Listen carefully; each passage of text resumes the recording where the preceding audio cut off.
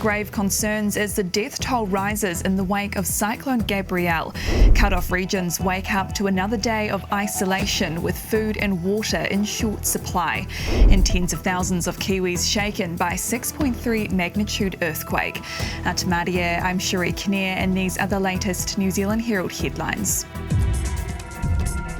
Fears are growing of multiple deaths following Cyclone Gabrielle. 5 people have now been confirmed dead, but police have grave concerns for a number of others unaccounted for. Many coastal residents of Napier's Bayview have claimed seeing several bodies washed away by raging floodwaters.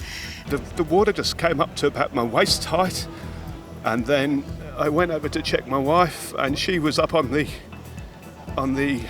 roof at the house, and I couldn't keep the horses alive. The horses drowned, and I went up onto the shipping container where the horses were, and we thought we were done for.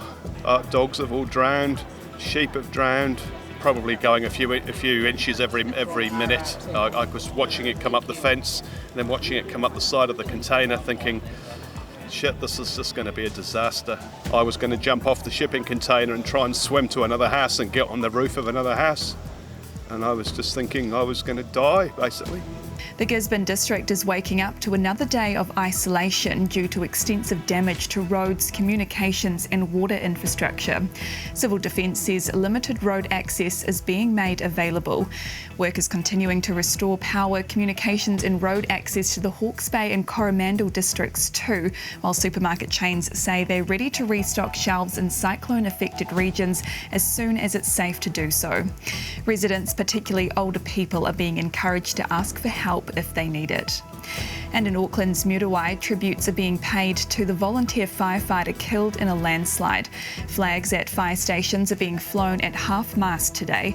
Prime Minister Chris Hipkins has paid tribute to the firefighter. I want to acknowledge the family of the volunteer firefighter in Muriwai, whose body was recovered today. He lost his life protecting others in his community, and our thoughts are with his loved ones. In other headlines, nerves were frayed in the lower North Island after a 6.3 magnitude quake struck about 7:30 last night. Tens of thousands of New Zealanders reported feeling the shake, described by some as massive and scary. GeoNet says the quake took place at 7:38 p.m. around 50 kilometres northwest of Paraparaumu at a depth of 48 kilometres. It classed the shaking as strong. And in world news, Scottish leader Nicola Sturgeon says she plans to step down after more than 8 years in office. Her resignation comes amid criticism of her drive to expand transgender rights and her strategy for achieving independence from the United Kingdom. Sturgeon made the announcement during a news conference at her official residence in Edinburgh. In my head and in my heart, I know that time is now.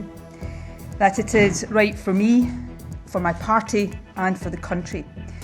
And so today I am announcing my intention to step down as First Minister and leader of my party. And those are the latest New Zealand Herald headlines. For more stories and to stay up to date, head to nzherald.co.nz. Kia pai te rā.